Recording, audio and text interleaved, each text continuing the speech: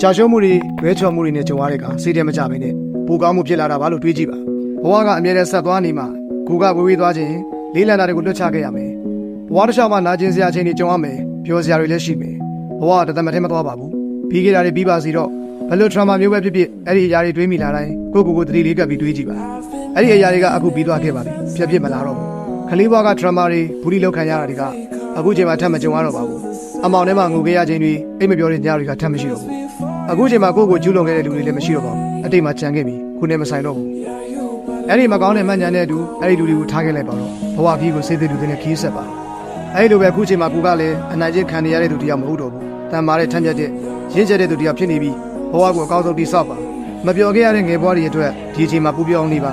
မပြေဆုံးတဲ့ဘဝတွေအတွက်ပူကြိုးစားပါနာကျင်စရာတွေကနေကိုယ်တိုင်ပြန်ထပြီးလှပစွာတည်ဆောက်နိုင်သွားတဲ့အခါကိုပြိုချပျက်စီးခဲ့သူတွေကိုကျေးဇူးတင်မိလိမ့်မယ်သူတို့ကြောင့်ငါပူတမ်းမာလာတာငါရဲ့အရေးချင်းတွေကိုပို့အသုံးချလာနိုင်တာလို့တွေးမိ